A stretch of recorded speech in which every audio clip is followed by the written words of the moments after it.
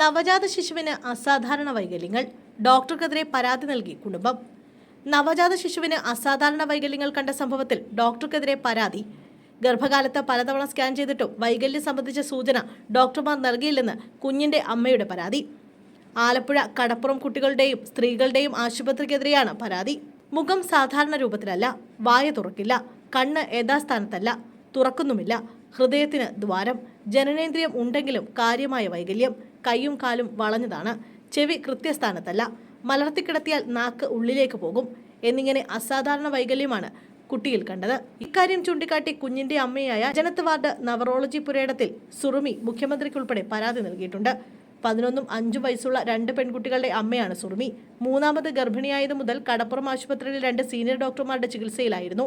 ഇവരുടെ നിർദ്ദേശപ്രകാരം ഗർഭസ്ഥ ശിശുവിന്റെ ചലനവും ശാരീരികാവസ്ഥയും അറിയാൻ സ്കാനിംഗ് നടത്തി. ഡോക്ടർമാർ പറഞ്ഞ 2 സ്വകാര്യ ലാബുകളിലായിരുന്നു സ്കാനിംഗ്. മറ്റ് പരിശോധനകളും നടത്തി. എല്ലാ നിർദ്ദേശങ്ങളും പാലിക്കുകയും മരുന്നുകൾ കൃത്യമായി കഴിക്കുകയും ചെയ്തു. നവംബർ 2-ന് ശസ്ത്രക്രിയ ചെയ്യാമെന്നും അനസ്തേഷ്യ ഡോക്ടറെ കാണാമെന്നും പറഞ്ഞത് തലേന്ന്.